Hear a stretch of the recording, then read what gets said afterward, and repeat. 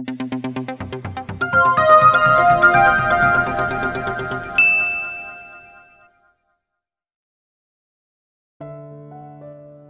na nakauwi si Aya sa kanila kaya inaasahan na niya na tahimik na sa compound nila nang dumating siya. Kaya naman nagtaka siya nang maabutan niyang maingay at may ibang tao doon, partikular sa parte ng 3-door apartment complex na pag-aari nila. Sa bakuran nila ay may maliit na truck na nakabukas sa likuran kung saan ibinababa ng ilang lalaki ang mga gamit doon at ipinapasok sa pinakadulong pinto ng apartment. Kakabakante lang noon. Ang dating nangungupahan doon ni isang college student na umalis na dahil nakagraduate na at nag-abroad. Iyon ang pintong pinakamalapit sa bahay nila. Napakunot noo siya. Tiyat at may bago silang boarder na alanganing oras pa na isipang maglipat ng bahay. Ang mas nakakapagtaka ay wala namang nababanggit tungkol doon ng nanay niya. Madaldal at pala kwento ang kanyang ina kaya wala itong naililihim sa kanya. Lahat sinasabi nito kaya kung may bago silang boarder ay malamang nasabi na dapat nito yun kanina pang umaga. Lalong napakunot ang noon ni Aya nang malipat naman ang tingin niya sa itim na Mercedes-Benz na kahilera ng truck. Kung sino man ang bagong boarder nila ay mukhang mayaman. Pero teka, kung afford nitong mamahaling sasakyan na iyon, bakit naman sa apartment nila nasa middle class compound ito mangungupahan? Unless masama itong tao. At baka pinapwersa nitong mga magulang niya para iparenta ditong apartment nila. Sa naisip ay napabilis ang lakad niya patungo sa bahay nila. Marahas na binuksan niya ang pinto ng bahay nila. "Ma! Pa!" Malakas na tawag ni Aya sa mga magulang niya. "Aya, dumating ka na pala. Bakit ka ba sumisigaw?" Sagot ng nanay niya na sumungaw mula sa kusina. Mukha namang maayos ang kalagayan nito kaya nakahinga siya ng maluwag. "May naglilipad po ng ganitong oras sa apartment natin?" Tanong niya rito, bahagya itong natigilan at alanganing ngumiti. "Ah, oo. Halika rito at may ipapakilala kami sa iyong bisita," sabi nito. Na-curious naman si Aya sa kung sino may-ari ng Mercedes na nakapark sa compound nila kaya lumapit siya sa kanyang ina at pumasok ng kusina nila. Naabutan niya nakapwesto sa dining table nila ang papa niya at isang matandang lalaki.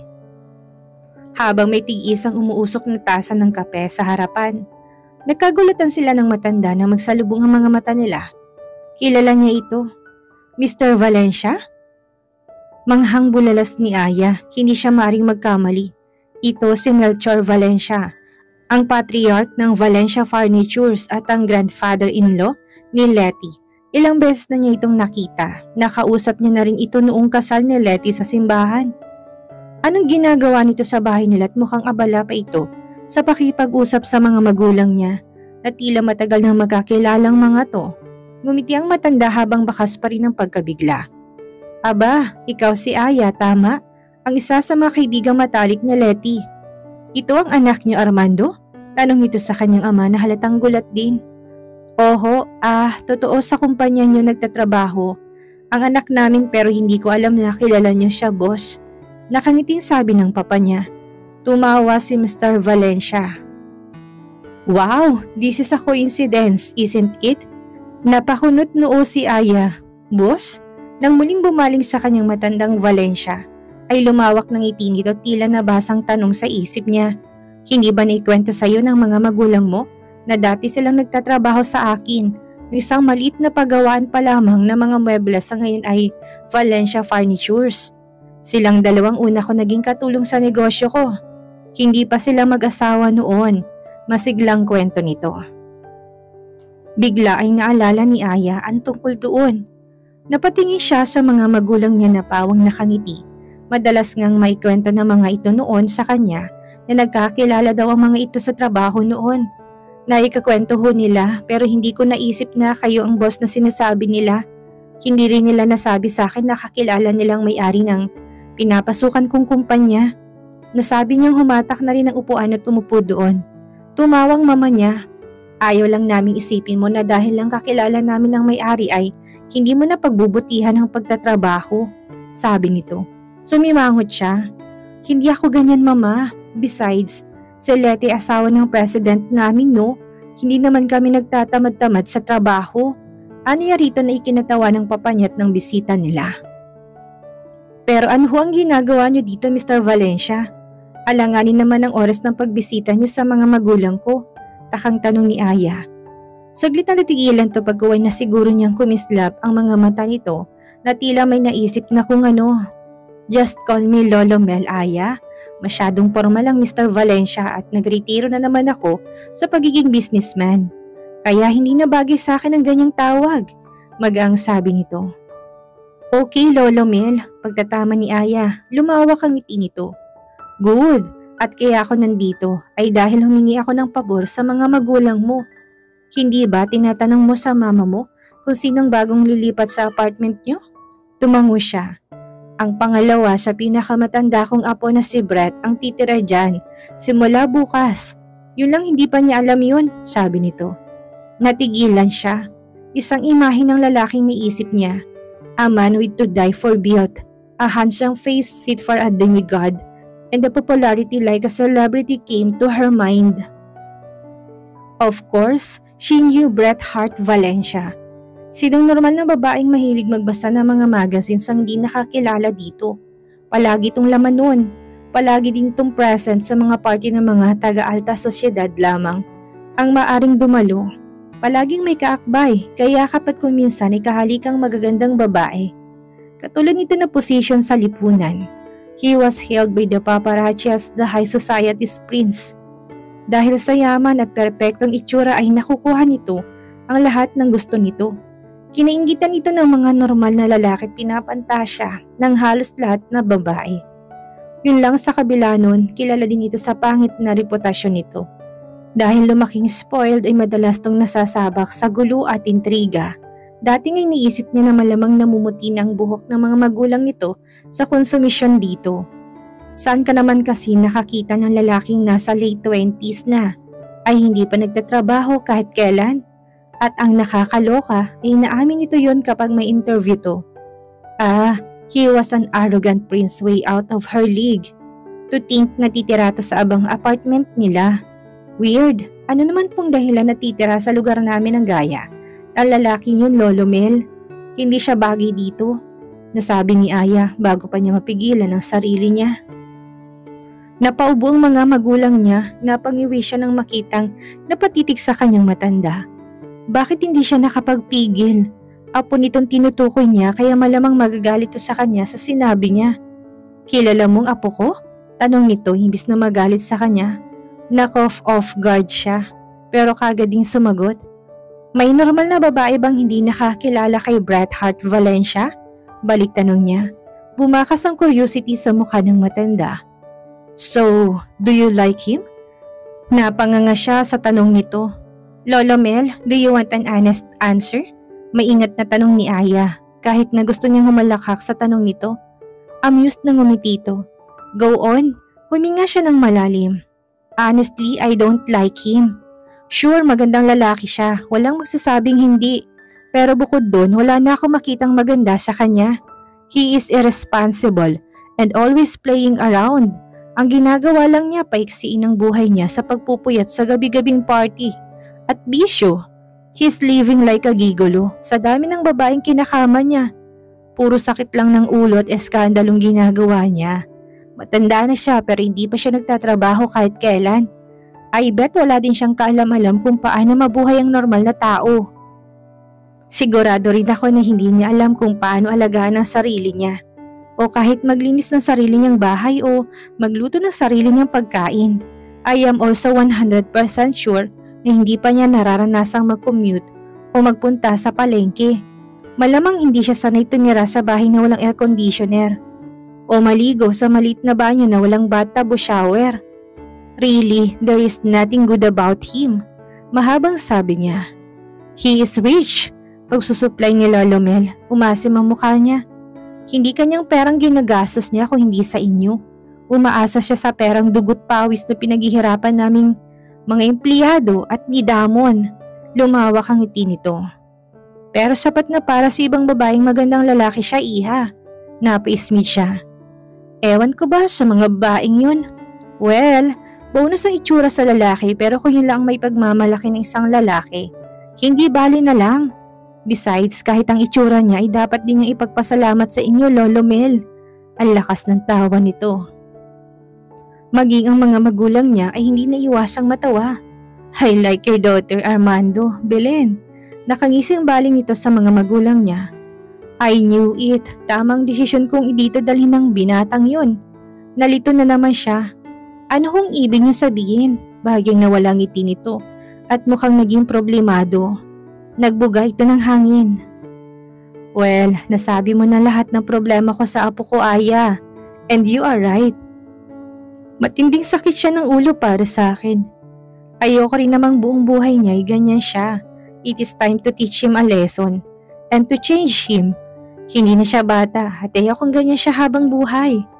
Kaya humihingi ako ng pabor sa mga magulang mo at sayo na rin. Seryosong sabi nito. Napalunok si Aya, tinintay ang susunod nitong sasabihin. Tulungan niyo akong turuan ng leksyon ng apo ko. Mula bukas, dito na siya titira. Aalisin kong lahat ng yamang tinatamasa niya mula pa noon. I would like to ask you to look over him and help him become a better person. Napamaang si Aya dito. Ano ho? Parang nahilo yata siya sa gusto nitong sabihin sa kanya. Wala naman sila sa Korean novela, pero bakit parang ganun ang nangyayari sa kanya sa mga oras na yun? Besides, may pag-asa pa bang mabagong lalaki yun? He has been living like that for more than 20 years. Bumuntong hiningait at ginagap ang mga kamay niya. Please, Iha. Bear with him and his bad attitude for me. Nakikita kong kaya mong gawin yon. Hindi naman to permanente. Hanggang sa tingin ko lang ay natuto na siya at na-realize na niyang mga kamalian niya. I would like to be a good grandfather to him. Naayos kong buhay ng apo kong si Damon at gusto ko rin mapaayos ang buhay ni Brett. Please help me, Aya. Pakiusap nito. Napatingin siya sa mga magulang niya na parehong tumango. Mukhang nakapagdesisyon ng mga ito na tumulong sa planong pagdidisiplina ni Lolo Mel sa pasaway nitong apo. Tuloy na pabuntong hininga na lamang siya. Okay, gagawin kong makakaya ko. Sumusukong sabi ni Aya. Lumiwanag ang mukha nito. Great, salamat. Napakabuting bata. Sana pagkatapos ng lahat ng ito, maging gaya mo ng apo ko. Nasisiyahang sabi nito. Napabuga na lang siya ng hangin dahil nag-iba ng usapan ng mga ito. Napasubo yata siya. Naalimpungatan si Brett sa pakiramdam na may mga nakamasid sa kanya. Agad na naramdaman niyang pamilyar na pagkirot ng ulo niya na tila binibiyak iyon. Sanay siyang malasing ngunit tila mas matindi ang sakit ng ulo niya sa mga oras na yun. Pati katawan niya masakit pa para bang sumabak siya sa suntukan. May putol-putol na eksenang dumadaan sa isip niya. Ngunit malabo yon. In his blurry mind, he saw himself arm wrestling with a couple of big guys in black. Yun nga tang dahilan kung bakit masakit ang katawan niya. Wait, ibig bang sabihin? Hindi yun napaaway siya kagabi? Gising na ba siya? Narinig niya ang pabulong na tanong ng boses na may edad na babae. Pilit niyang idinidilat ang mga mata pero dahil kumikirot ang ulo niya, ay hindi niya yun magawa ng maayos. Shh! Huwag kang maingay. Tingin ko kailangan niya pang magpahinga. Bakit naman kasi sa ganung paraan siya dinala dito? Minsan talaga weirdo mag-isip yung si boss. Sabi naman ng isang tinig lalaki. Kung maayos siyang dinala dito, edi hindi na parusang tawag doon. Paisibig namang sabi ng isang tinig babae. Shh! Saway dito ng dalawang nag-uusap na tingin niya ay malapit sa kanya. Sa hindi ni Brett malamang dahilan, ituloy siyang nagising sa boses na yon ng babae. It sounded clear, strong and feminine at the same time. Hindi siya partikular na boses pero may kung ano sa tinig nito. Ang umagaw ng atensyon niya. Napadilat siya, nakita niyang may edad na babae at babaeng nakamasid sa kanya. Tila nagulat ang mga ito nang dumilat siya dahil bahagyang napatras sa mga ito. Bago ngumiti ang babae. Good morning, iho. Bati pa nito sa kanya na tila ba normal itong ginagawa yon. Napakunot noo siya. Who are you people? Tanong ni Brett sa paos na tinig. Nananakit ang lalamunan niya. Dumiretso ng tayong lalaki at tumikim. Dahil gising na siya, ang mabuti pa'y tatawagin ko na si boss. Mas maganda kung siyang magpapaliwanag sa kanya. Yun lang at mabilis tong umalis. Sasamahan na kita, Armando, sabi naman ng babae at lumabas din. Napakunot noo siya tirap na bumangon. Nagitla siya nang makita niya kung nasan siya. Obviously, wala siya sa unit niya. Bagkus nasa isang maliit na silid siya. Ang kamang kinahigaan niya ay maliit at kasya lamang ang isang tao. Sa tingin niya isang kamang yun sa dahilan kung bakit masakit ang katawan niya. Matigas yun para sa taste niya. Walang kalaman-laman ng silid. Sa isang panig ay may pinto na palagay niya yung banyo. Sa isang panig ay may cabinet. Sa gitna may maliit at napakasimpleng sala set. Maliit ang telebisyon, hindi tulad ng 20-inch LCD screen niya sa unit niya. Walang aircon at ang nagpapalamig lamang sa kanya ang maliit na electric fan sa paanan niya. "Where am I?" manghang-usal ni Brett. Sa nakikita niya hindi basta silid ang kinaroroonan niya. Tila isa yung miniature ng bahay. Miniature dahil mas malaki pang kwarto niya sa unit niya kumpara sa lugar na yon. Ang padara hindi fully furnished at ang sahig ay semento lamang na kulay pula. Everything looks so cheap. Muling kumirot ang ulo niya kaya napahawak siya sa ulo niya. Nasaan ba talaga siya at paano siya nakarating doon? At sinong mga taong to? Hindi kaya nakidnap siya? Yeah, that makes sense. Unti-unti niyang naalala ang mga nangyari kagabi. Nakalabas na siya ng embassy kasama isang babae. Pareho silang lasing pero alam niya na kaya pa niyang magmaneho. Palapit na siya sa sports car niya nang may dalawang malaking lalaking sumulpot mula sa kung saan at tinawakan siya sa magkabilang balikat. Nagpumiglas siya pero may tinakip na panyong isa sa mga ito sa bibig at ilong niya. He smelled an awful scent at nahilo siya. Then he passed out. Bigla siyang naalarma. Naalala niya may binabanggit na boss ang matandang lalaki kanina. Ang sabi nito'y tatawagin nito yon. So, he was really kidnapped? Lalong sumakit ang ulo niya. It hurts, nausal niya. Kung sumasakit ang ulo mo tuwing nagigising ka, wala sa magdamag na paglalasing, edi itigil mo. That's simple logic, sabi ng boses ng babaeng kanina'y nagpagising sa diwa niya. Natigilan siya nang maramdaman niyang may nilapag sa lamesang nasa gilid ng kama. "Oh, inumin mo tong aspirin para mawala yan," pautos pang sabi nito. Noon siya nagangat ng tingin, his eyes met a set of brown and fierce eyes. Malamig ang tingin nito sa kanya ngunit hindi nakaligtas sa kanyang kislap ng disgusto sa mga mata nito. Ang paningin niya dumako sa mukha nitong walang makeup. Ang mga kilay nito'y tila ginuhit. Ang ilong nito'y matangos at ang mga labi nito'y makurba at mukhang likas na mamula-mula. May maliit na nunalito sa ilalim ng kanang mata nito. Bumabang mga mata niya sa katawan nito, from her slender neck down to her firm breast and small waist na hindi tinago ng simpleng t-shirt na suot nito. Pababa sa balakang nito at mahubog na hita at binti na naka-expose sa mixing shorts nito hanggang sa mga paa nitong nasasapi na ng simpleng flats. Tumagal ang tingin niya sa mga paa nito. She has the prettiest pair of feet he had ever seen in a woman. Magandang hugis nun at malinis na mamula-mula. Hindi naka-nail polish ang mga kuko nito sa paa pero wala siyang nababakas na dumi doon. "Ano sa tingin mong ginagawa mo at pinapasadahan mo ko ng tingin ng ganyan? Bastos ka!" Irritabling tanong nito na muling nagpaangat sa mga mata niya. Sa mukha nito, nakakunot ang noo nito at baka siyang animosity sa mukha. Sure, she's pretty, pero sanay siyang makakita ng magagandang babae. But there is something different with this woman. For one thing, wala siyang nababakas na paghanga sa mga mata nito na madalas niyang makita sa lahat ng babae kapag nakita siya. At ang katotohanan ni hindi ito namula o nagsuon matapos na itong titigan ng matagal ay isang malaking sorpresa sa kanya. Usually, makasalubong lang niyang mga mata ng isang babae ay halos hihimatayin na yon. Pero hindi ganun ang babaeng ito. Bukod doon, she looks familiar to him. Parang nakita na niya ito pero hindi lang niya matandaan kung saan. "Who are you?" Tanong ni Brett ditong hindi inaalis ang tingin sa mukha nito. Umangat lang ang kilay nito. Noon muling bumukas ang pinto. At dito na po nagtatapos ang ikalawang kabanata ng ating kwento. At sana'y muli niyo po akong samahan sa mga susunod pang kabanata. Maraming salamat po at ingat po tayong lahat.